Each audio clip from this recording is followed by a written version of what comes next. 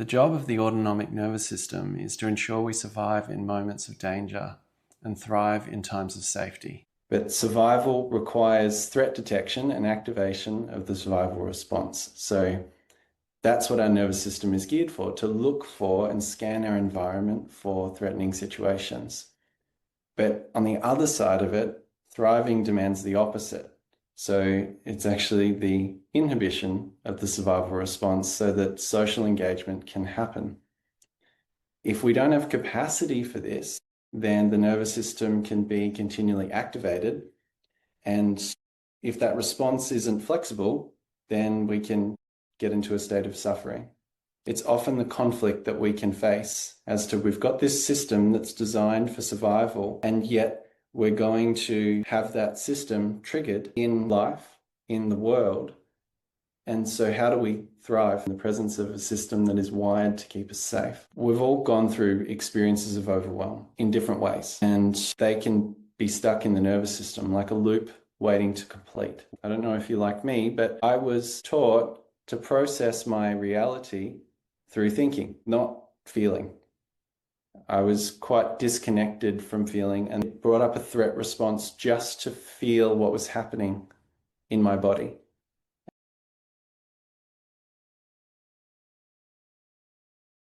Just consider our body like a tape recorder or a library. It accumulates memory. We can build up experience. View this as like a backpack. We're going through life and the body is remembering. And when experiences become overwhelming, it's like putting a rock in the backpack. And the body can hold an imprint from our past experiences. You may connect with a different area, and that may bring up a cascade of thoughts, memories, feelings that are associated to that. When they build up in the system, this is where we can be in a low-level state of overwhelm constantly, and this is where it can be very difficult for the body to heal. So how it can show up is if you notice things like your posture feels collapsed, tension is being held, your breath feels restricted, your nervous system may feel like it's in this constant loop between fight, flight, and freeze and fawn. These are natural things that can come up, and they're not here to pathologize you and say that this thing's wrong with you, because this is how it can often be, particularly in our common medical industry where diagnoses are prevalent to try and understand things, but they don't always give a clear path on treatment and healing. If we look at this like the iceberg, there may be things that you experience on the surface as visible symptoms. Then a bit beneath that, the sensory experience of the body itself. Below that, we have our autonomic responses, what the nervous system does in response to those experiences, forms of protective holding, and below that can be unresolved patterns of overwhelm or trauma. As we move down a path toward building capacity, there's a nervous system reacting in a state that supports survival. And with this, we may notice that we have a hypersensitized threat detection system. Some of my personal experiences have been around chronic pain, and I've worked with chronic pain in a lot of different cases. In the case of chronic pain, the nervous system becomes hypersensitized to the experience of pain. And so then every time that pain comes up, it brings up all the alarm bells. And then you can probably imagine what happens as a result of that. We're in that state of worry and anxiety.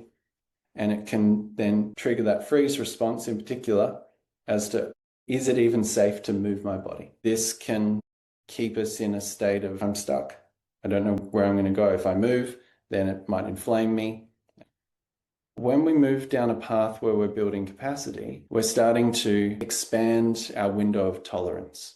So imagine you've got like a jar full of marbles and it can't fit any more marbles in. It's like there's a lot of pressure, and then you got to fit another experience in, like it's full and a lot of pressure on the glass. What we're doing as we build capacity is actually the marbles themselves may not change. We may not have this big cathartic release experience, but the capacity of the jar itself to contain those experiences, that starts to expand. So as we're going through a process of expanding our window of tolerance, essentially we're going through different states of the nervous system, and we get to look at it, we get to complete it, and we take out a rock. And then the backpack becomes a little bit lighter over time. This is not really something that we can do by thinking about it, because thinking about it doesn't actually touch the experience itself.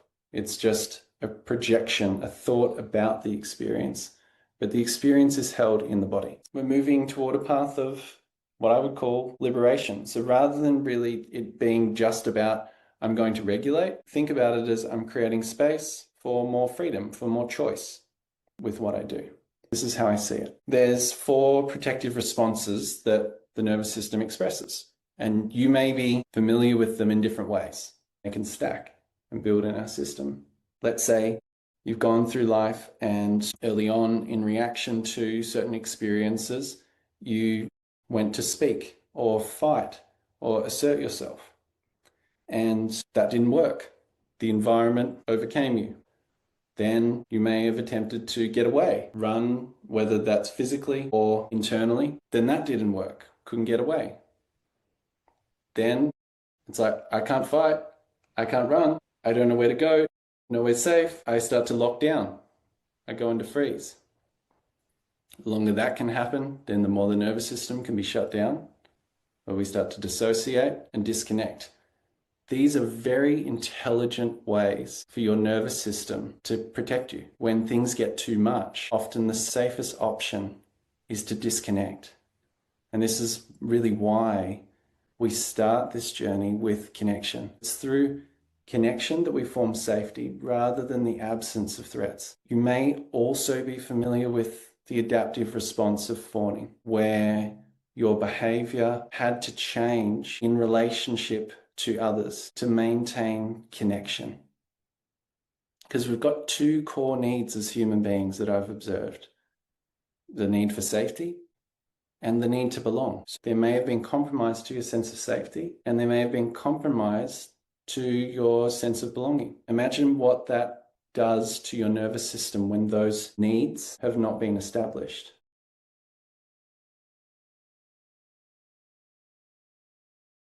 First, we acknowledge where we are.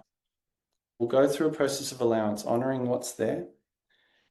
As we move through that, we can go through this stage of completion, where that energy starts to resolve. We move through the activation experience.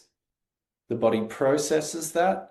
We recognize our present safety, and then we start to build capacity and tolerance for that energy that has moved through the system, rather than resisting it, blocking it, clamping it down. It's a very natural mechanism that animals do, but as humans, we can get a bit disconnected from that natural process. So that's what completion can look like. And on this can go layer by layer. And each time we go through it, I find we stop looping and we start building capacity, because life will have an inherent challenge on us, physically, mentally, emotionally. And these things can either build us up or break us down.